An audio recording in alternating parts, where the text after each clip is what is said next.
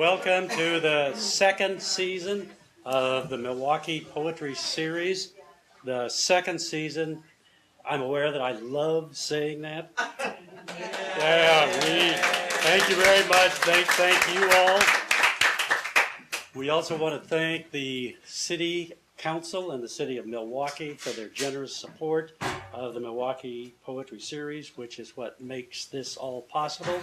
We are a series. We are on the second Wednesday of each month. Our reader next month will be Michelle Glazer. Please sign in on the email list. We keep trying to build our email lists, and either if you have not signed in already or you signed in previously and did not get an invitation for the reading tonight, would you please sign in again? We would love to have your email address. It's my pleasure to introduce our reader tonight, Lisa Steinman. Lisa has been teaching at Reed College for over 30 years. She is the author of a poetry chapbook, Ordinary Songs, and of 8 full-length books, 3 about poetry, Made in America, Masters of Repetition, and the recently published Invitation to Poetry, which has just come out in 2008, I believe, end of spring, early summer. So the books are going to be available for sale. She's also written 4 volumes of poetry, Lost Poems, All That Comes to Light, A Book of Other Days, and Sequences. Her work has received numerous recognition from the National Endowment for the Arts, National Endowment for the Humanities, the Rockefeller Foundation, among many. Her poems have also appeared in a wide range of journals. So we are very fortunate tonight to have as our reader Lisa Steinman, and would you join me in welcoming her to the Pond House and to the Milwaukie Poetry Series. Lisa.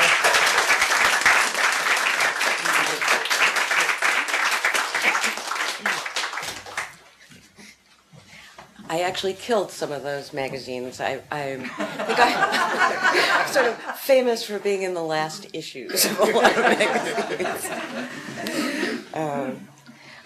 I'm going to read to you for about 50 minutes tonight, give or take. And I am so honored to be part of this series. I think Milwaukie is putting together this wonderful collection where the library and Tom and the people working on this series and the whole city are really fostering the arts, and I get to stand in front of wonderful visuals as well. So, as I say, I'm really pleased to be here.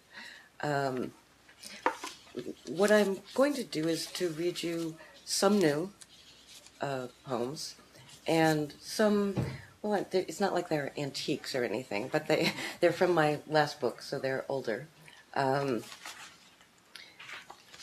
had thought the new ones would be a brand new voice, but as I was reading things over, looking at what I would read tonight, I actually realized, though the style I hope is a little different, or I was trying to make it a bit different, my obsessions actually seem to persist. So there'll be some continuity as well. The book is actually called Karslaw's Sequences, and it has, I don't know, a sort of odd history. I've always been, in a very distanced and not very accomplished way, kind of interested in mathematics. Maybe my father was a mathematician, so that may have had something to do with it. But a student of mine some years ago was working on what they call divergent series.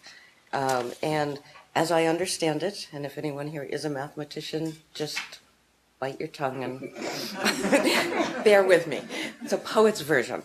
But they have 2 formulas that tell you how these series of numbers will add up, how to find the sum of a series of numbers.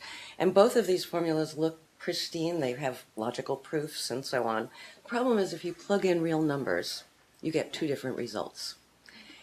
And although that's a problem for mathematicians, it seemed to me actually a kind of delightful and resonant image of the ways we add things up together differently from one another or even from ourselves at different times. And so I took the title, What I mistook, as it turns out, was the person who really worked on these sequences, these divergent sequences, was a man named Hardy. Karsla was a student of his, but never, to anyone's knowledge, worked on divergent series, which I found out from emails from mathematicians who found the book online and thought I knew something they didn't know. So I seem to have added Karsla up wrong, and though I couldn't do much about it, I actually thought that too was perhaps appropriate. So I will assure you, none of the poems have anything to do with math. And I'm going to start by reading the title poem. This could be a poem about Carol, the sweet, vacant boy from my school. His father had a dairy until his brother fell from a milk truck's open seat, delivered to eternity, making Carol more fragile and precious in his milky skin. One saw, too, the love of fathers could be a dangerous thing.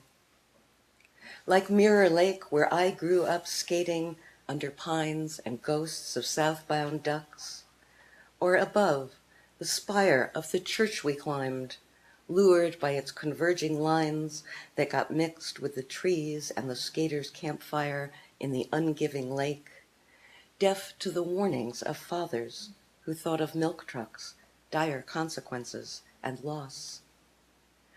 I've heard of a town that found a new name on television, Truth or Consequences, New Mexico. The truth is, they wish to live forever. They want fame, a worthy modern mission. The consequence is they are famous, but also maybe foolish, as I am lying here next to my lover, a cat buttoned between us. I'm wondering if the citizens of Pompeii composed themselves, each night put their lives in order for display. The cat uncoils and rolls on his back, an odalisque. A mountain also rumbles at the edges of our city. My mind drifts to cats and volcanoes, those grotesques with which we live. All night, my dreams break on unkempt shores where sand crabs flip like bits of debris. Or I spend the night in a repair shop where nothing seems to get fixed. No light bulbs, homes, forms in triplicate. I'm afraid another world falls away during such dreams of trivia, a world of burning bushes unrelated to domestic chores or fire regulations. It's full of voices I can almost taste, which shows the difference between the seductions of need and the consummations of sense. Prosaic, hard-won, common as rock crystal. For instance, a young man surrounded by loving aunts in the airport pretends to shoot down planes for fun. His body is 20. His mind faltered somewhere and got grounded. Aristotle says to live a good life, a person must think. I think the young man's life's not bad. We all live in a diminished world. As planes bite the dust, the young man's cheers fill the empty air. I try hard not to imagine disaster. I am fond of my life, though more and more I hear a quiet yes when I think of not living forever. From Minnesota and blonde, the pilot arrives early. We all sprint for the exit together. Back home, flocks of birds sit in the maple tree. The cat crouches below. The birds chorus, milk and honey, milk and honey. The cat replies, milk trucks, laundry lists, truth and consequences.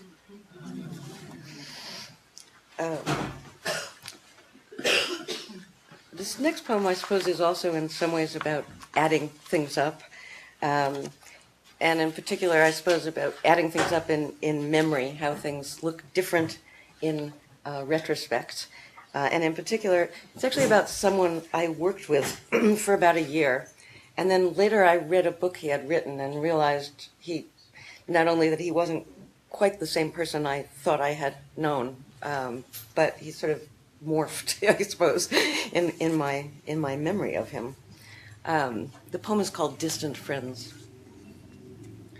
That year, we both lost fathers, even though natural aristocrat, you didn't say so, while I spoke of nothing else. For me, the world was like a country road running between field burns gone out of control, turning the air acrid and opaque with smoke. And what I mourned, lost comfort or stove in safety, haven, or more simply the loving, I could not say then. Now, years later, I wonder at you, seeming so able outwardly, but underneath like a small bull terrier wrestling with an intruder or bone. It still seems a kind of wisdom to me, looking back, such delicate tact or calm, practiced loss dexterously plowed under.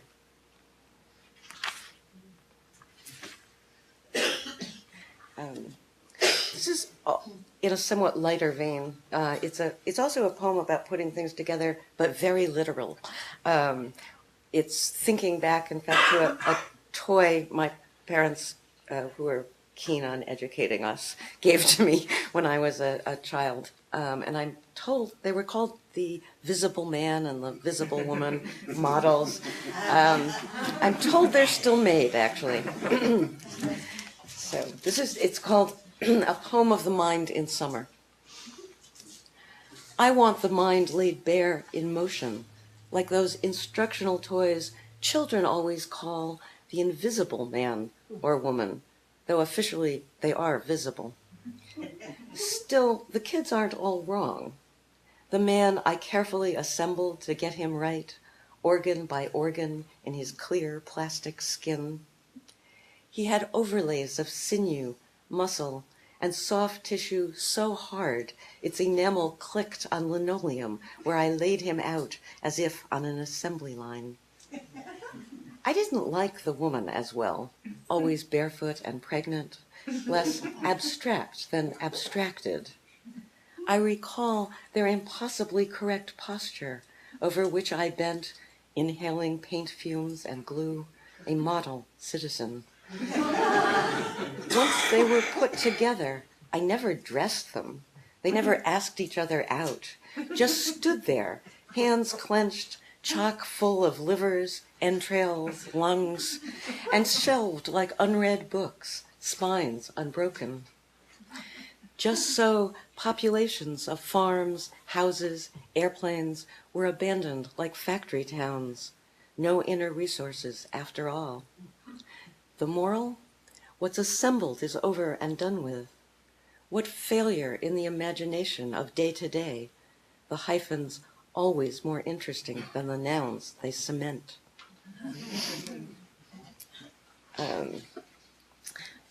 I've been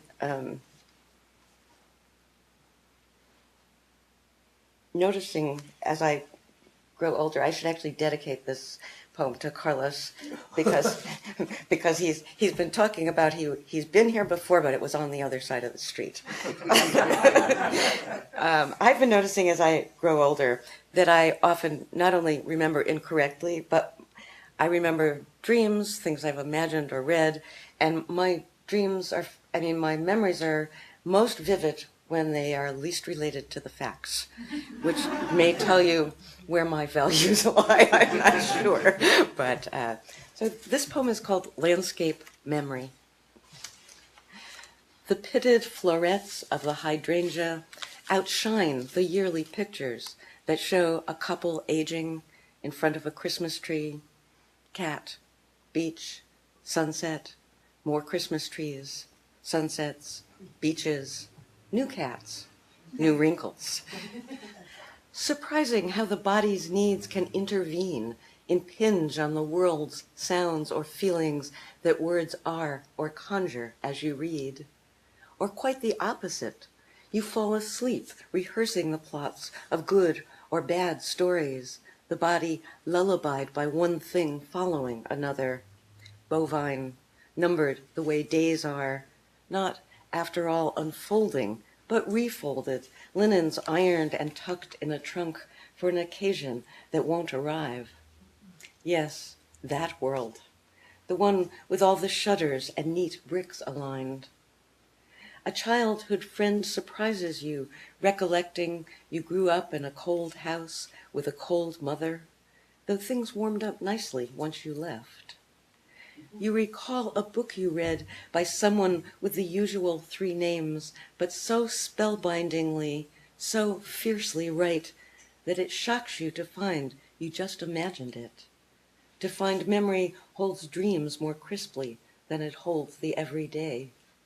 For weeks you rummage through cupboards behind unmatched saucers and figurines, beating the bushes for that book, at a loss. No, for what is lost. This next poem is, I guess it's also about landscapes, and they're at least half real. The poem actually comes from a trip that my husband Jim and I took driving across the country a few years ago, before we were both too blind to do that.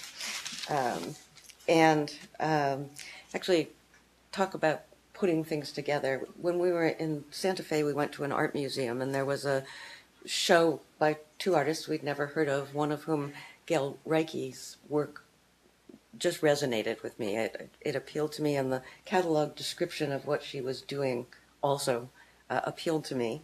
And as it turned out, my editor went to college with Gail Reike. I've never even met my editor in person. I mean, it's just email exchanges, right? And he lives in Florida. But so there was this odd serendipitous connection, and he contacted her, and she agreed to let us use one of her images. One of her images for the book. So I feel like there's a wonderful human connection that sort of somehow appeared in the course of this book coming together, and with her generosity in giving us that. And I think this poem is partly also about human connection as well as landscapes, and maybe about generosity, or the failure thereof. The poem is called The Object of Cross-Country Driving, and it's dedicated to Gail Reike. And it starts with a quote. I'll do the usual sort of mime bit where the quote stops and ends, but from that catalog about her exhibit. Found objects continue to have their own histories. Meanings multiply and shift constantly, while the constituent parts retain particularity, showing the artist's desire to be supple about context and association, says the catalog. It goes on about how objects are released to be themselves here in the museum in Santa Fe. Suddenly transported, I think of Briscoe Stubblefield, who aids travelers at rest stops unsolicited, red suspenders over his 60-something-year-old belly. His capacity for indecision is monumental. After he retired, he says, he ran for office, went into antiques, into junk, including used refrigerators, into glassware, into teaching, a PhD program, into maligning all those different than he is. Although what or who he is not clear. He does make clear he does not like change. He's like a chameleon's habitat.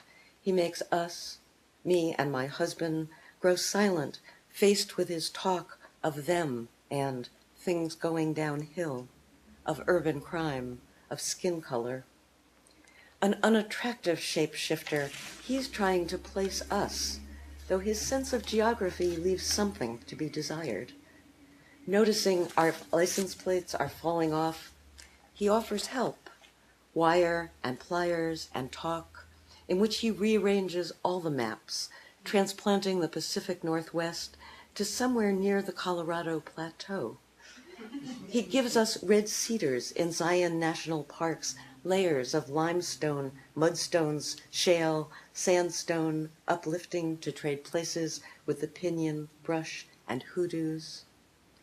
Briscoe, then, is generous and all imagination. while we drive through his state, seeing only square and round bales. We keep ourselves awake, trading words that begin with V until we have abandoned our store. I'd thought geography was secure, rock solid, moving only in, I'd thought geography was secure, rock solid, moving only in geology's sweet time. Yet for a second, I'm translated by Briscoe, almost as I am by what is in this show in Santa Fe. Translated, but not transplanted. I like to cause trouble, Briscoe says, and he does. When we leave him reattached to plates put back in place, the shadow of phone wires trace thin connecting lines on the Ohio roads of which we take him to be an atypical denizen. I had wanted him to have his own poem, his own unique say, but I've come to think it can't be done. He's become something else, like the Kronos Quartet on the radio in Kansas playing Hendrix, or the seashells from the Atlantic on our dashboard growing more souvenir-like and exotic as we head home. Briscoe is by now some installation I could call Buckeye, confused or confusing, or frightening person, Ohio, or solid citizen. Geography may be places and the people who talk and live in them, but then who is this man who's moved into my museum in Santa Fe, where I can tell he doesn't particularly like the exhibit? Our tastes differ. He's really not taken with the art, although he has the grace to be embarrassed by this. As for me, I can't seem to let him go, this buck-eyed collector of doodads, mythographer, gerrymanderer of people, even those whose license plates are not the right color. We all hold our ground, no one giving an inch, each unwilling to be moved.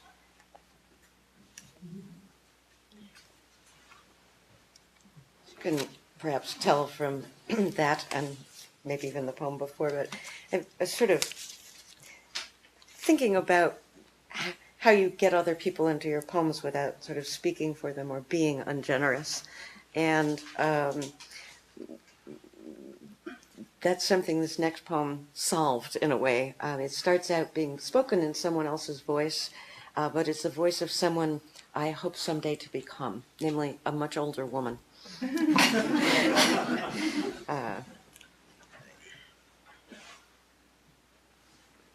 think that's, I guess the other thing I might tell you before I started, it has, a lot of my poems do, though not a lot of the ones I'm reading tonight, it has a street sign in it.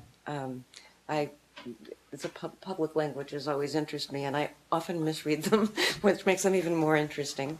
But this is a sign I actually did see in Southeast Portland. It's unfortunately no longer up because the place that had it has closed, but I just wanted to assure you it really was a sign. So this is called Old Woman Poem. All summer, the crows yelled at me from trees in praise of the immaterial. Surly I was by fall. The laundromat sign read, "Re-grand opening." And the world did open. Garden notebooks filling with weeds, meadow rue, lady's mantle, the first page left blank for Elijah, just in case. Though the papers lamented the weapons of mass destruction, as if destruction did not occur to us one by one. Now, passing cars sing in warm rain, but not well, what with their tin ears, petulant and off-kilter. I wake up with a furrowed heart. I am as cultivated as the delicate smell of carrots thinned early. I can taste my childhood. Look, a small figure dances in the yard. No, look, it's me. No, I'm here, rehearsing the dance in memory, trying to imagine an older woman's life. Somehow I've come to feel such an untoward affection for my younger self, I could just cry. Instead, I thin carrots, hearing crows, living carefully, as if I might otherwise forget to wake, eat, breathe. So not all of the, another perhaps obvious thing, I may change them, but there are a lot of landscapes in my poems. And seasonality also seems to seep into what I write. So I thought I might actually try to read a few poems tonight that were seasonally appropriate. So this is actually called Small Fall Song, and autumn is actually one of my favorite seasons. I might also mention that there's two lines, actually two sentences that are also lines in this poem that are open-ended. They don't complete themselves. So I'll do some kind of mime. Something is about to leave, and we can't legislate its love. The world, its look, fat and physical, feeding the eye, the tongue and skin, that fleshy nook behind the knee. It's not bark, oak tree, an entry in some index. It's autumn. It's dying, but not without a long, slow, sweet, sweet. The leaves redden like fruit. The air clean as. In the canyon, heron dally with the air in flight. Yes, we say to the world at times, and yes, come.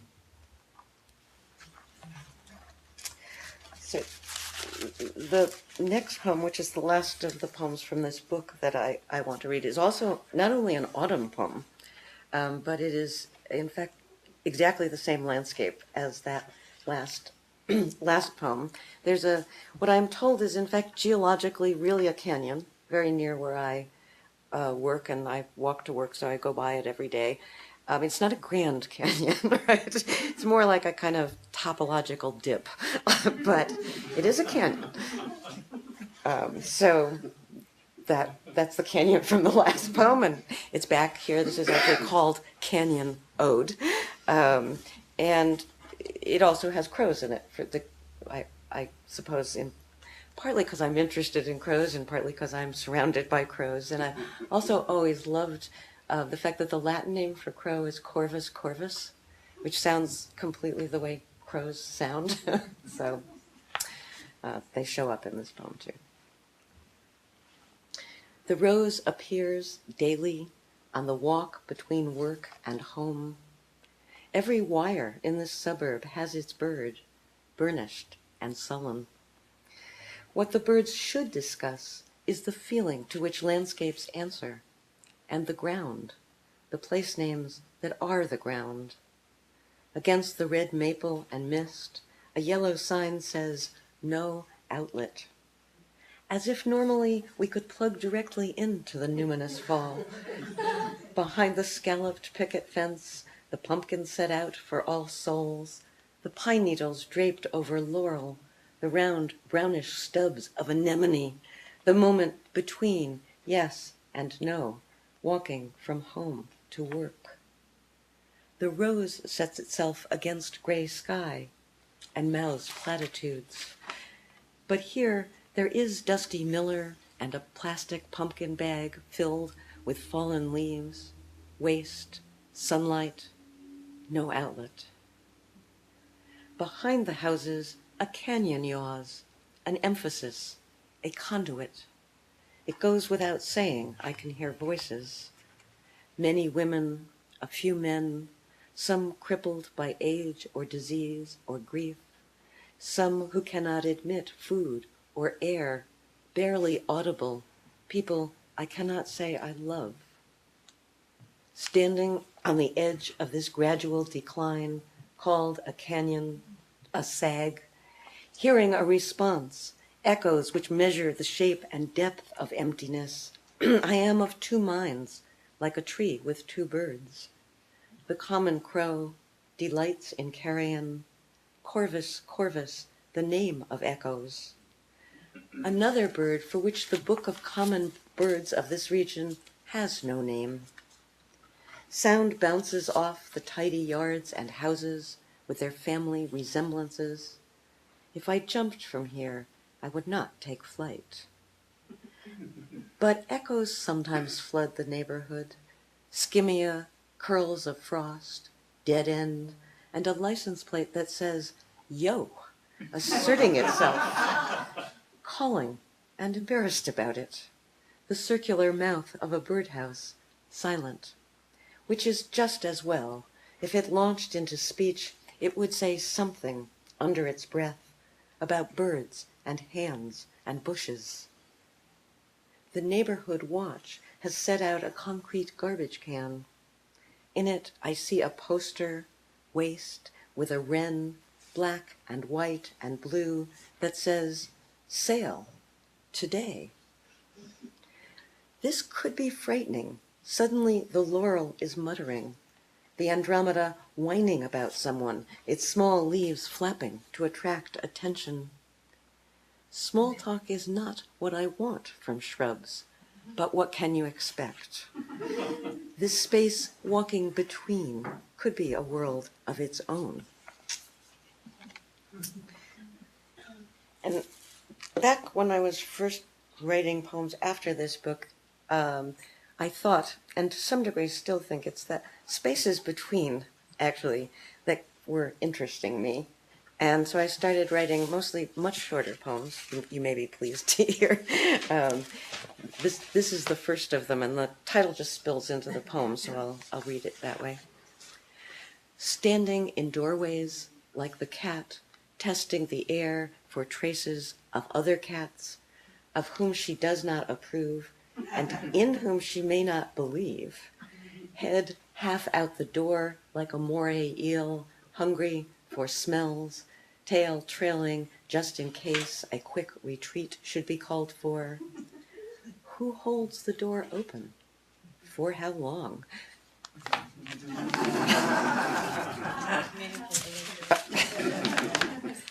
Let's see.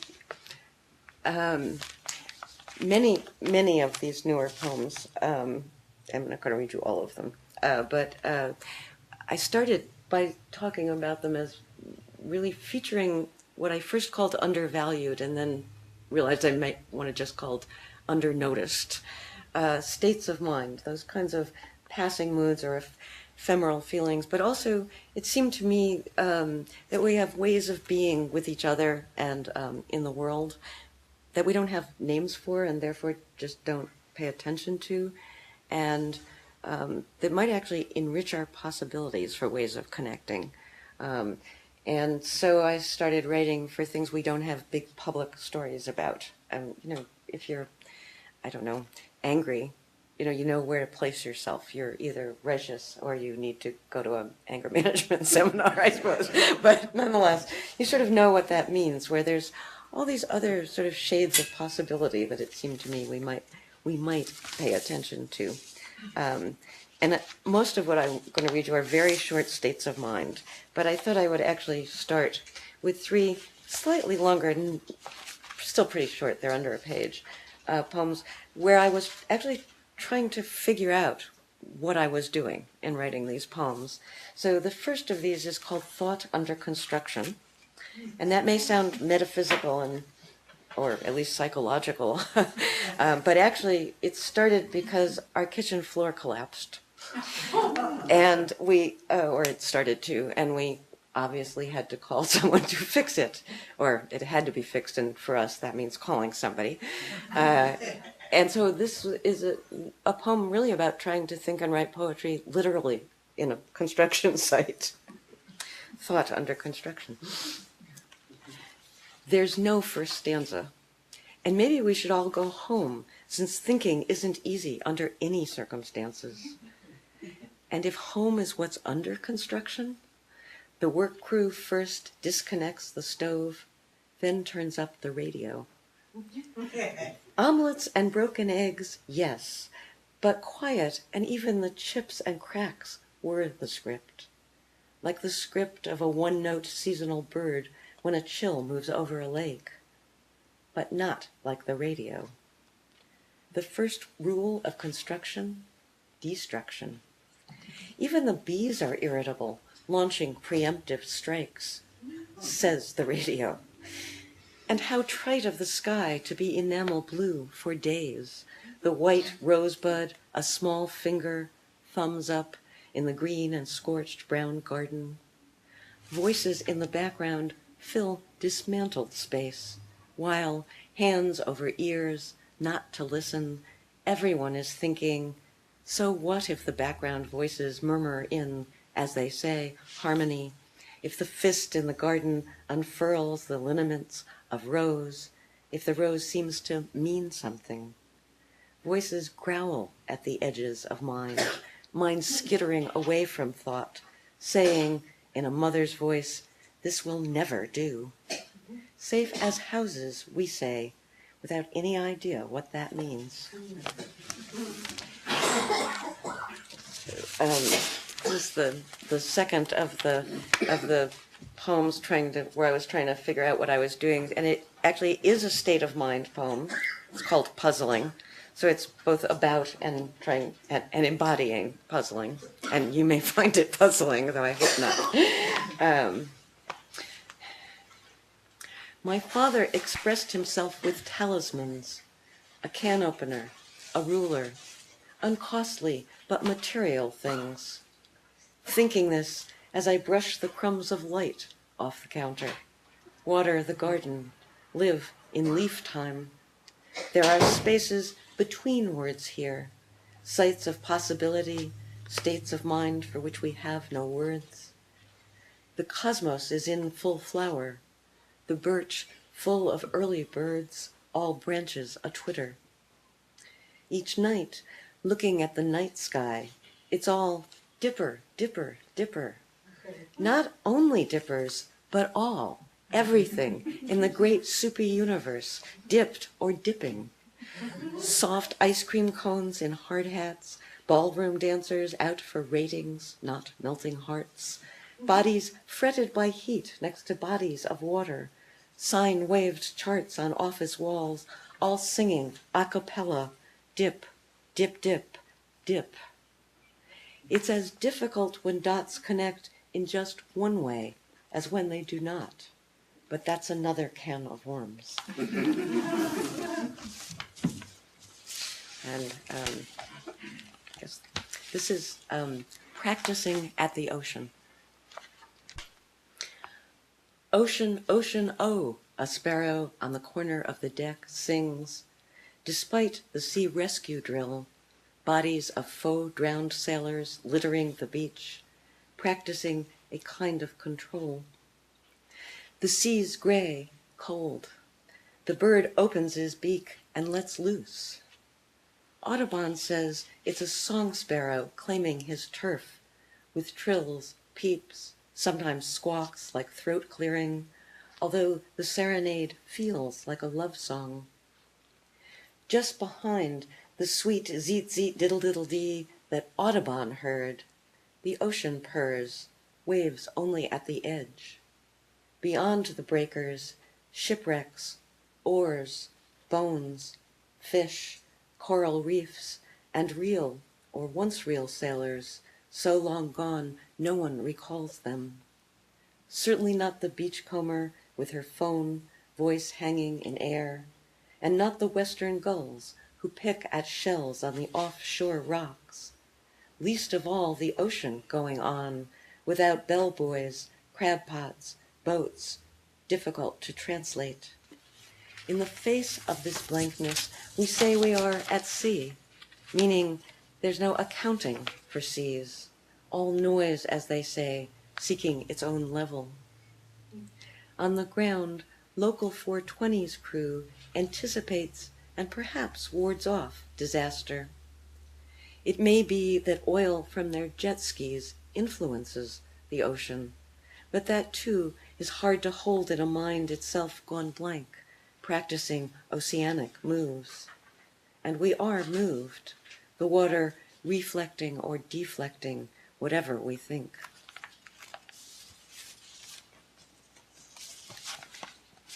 Okay, they're getting shorter.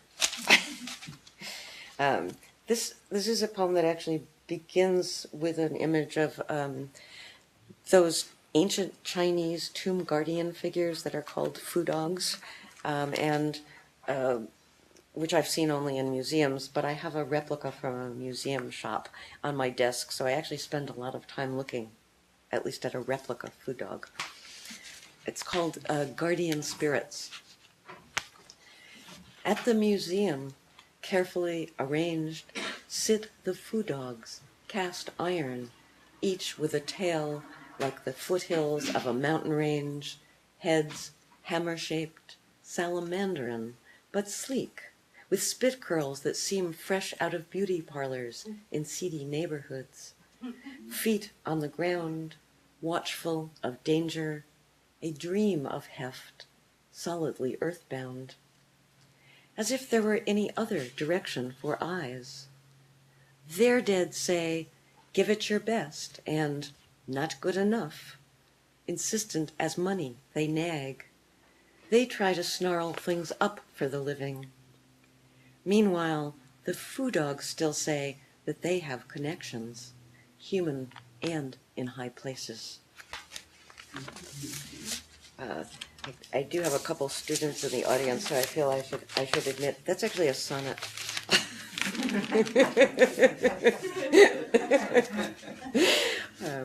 This is, I suppose, also a little bit elegiac, but instead of being sort of, or about, I don't know, how we built monuments or what have you, but it's much more up to date, and maybe a confession I shouldn't make. I actually did some years ago now get not a ticket, but a warning for not coming to a full stop.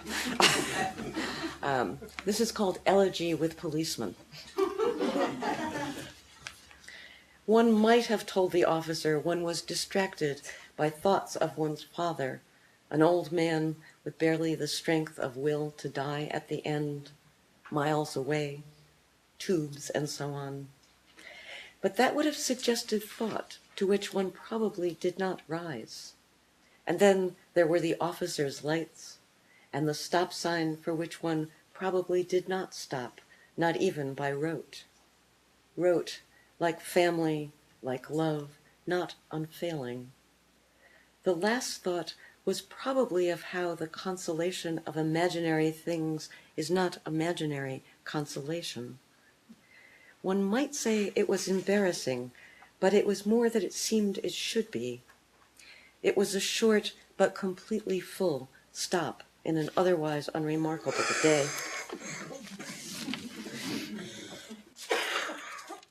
So I'm just going to end with 5 or 6 teeny poems. And they are states of mind. Most of them even do have names. This one is Grogginess. Sometimes when you wake, your dreams hold on. You drag them like ballast through the day. Sleep tries to repatriate you, as if you won't move soon enough. Your passport carries marks of your commerce with the dead. And this one, I mean, I hope it's not a mood you all know, but I bet you do. It's Crankiness. The garden variety trips you up, tips you out of bed on the wrong side like a boat capsizing. You can see it's all wrong. Even birdsong rubs you the wrong way. You try to rub back. Clatter of dish and pots on sink. Coffee grinds away, all edge like a storm brewing. All bills are past due, no harbor in sight. The ew's bony fingers claw across the roof. Things will never be right. Hibernation calls its siren song. You founder on the rocks, trying to reach back to the dreams you once had. Okay, unless you think all my inner states are unpleasant ones. This is a poem in praise of Sloth. No fires to light. The poem in praise of Sloth will be short and sweet and in its pajamas. It will eat bonbons, store-bought, and lie in a bed it does not make. Nothing gets done as a matter of course. Sloth won't sing its own praises. Let someone else carry the tune. With nothing in mind, it is as slow as molasses, as content as its five-toed kin in winter, as placid. Oh yes, heavy-lidded, almost asleep, never vigilant, careful of comfort, it rests its case. And okay, we talk about free-floating anxiety. So I have a poem about free-floating anticipation. And I know everybody knows this mood. The world holds its own counsel. So be it. No light, you're saving it for good. Although the hydrangea seems to have weighed anchor, and the bird that sounds like rusty hinges moves from night to morning with the noise of a thing that does not open often. Blank chorister. As if the air might thicken into more solid gray, or manifest in the particulars, the fog a not quite visible aspiration. Spring, which has been a little trying, and trying for so long, is almost in the offing.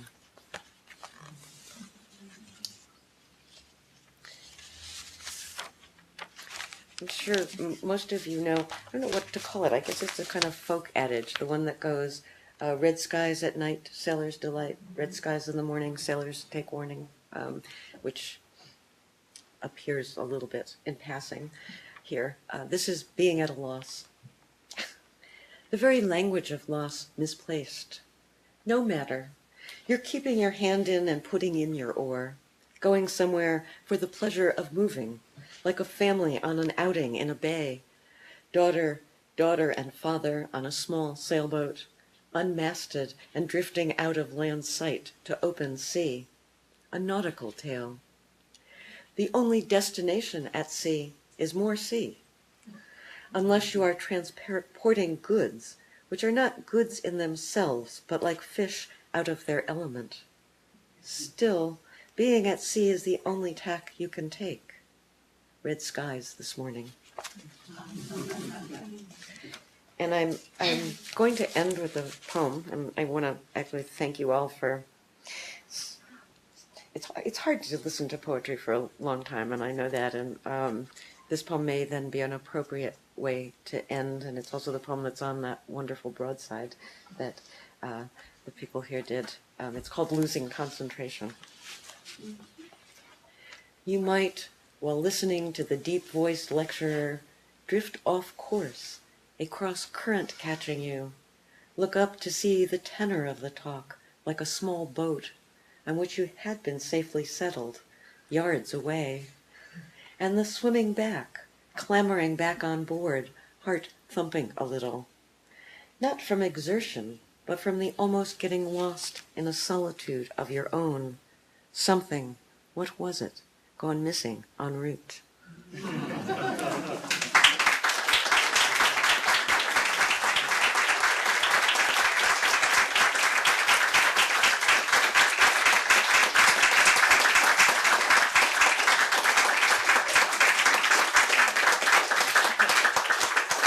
So I know that typically people might want to ask questions, and I'm certainly glad to do that, or we can mill around informally if you want to ask questions that way, or we can just mill around. So, yeah, Tom. What's your practice of writing? When do you write? Whenever I can. I actually do try to write something most weekends when I have space that's open where I don't have to be somewhere.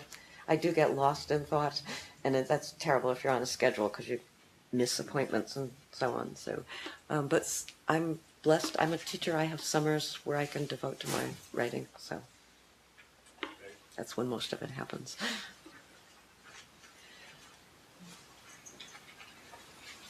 Let's mill. Yeah. Thank you very much.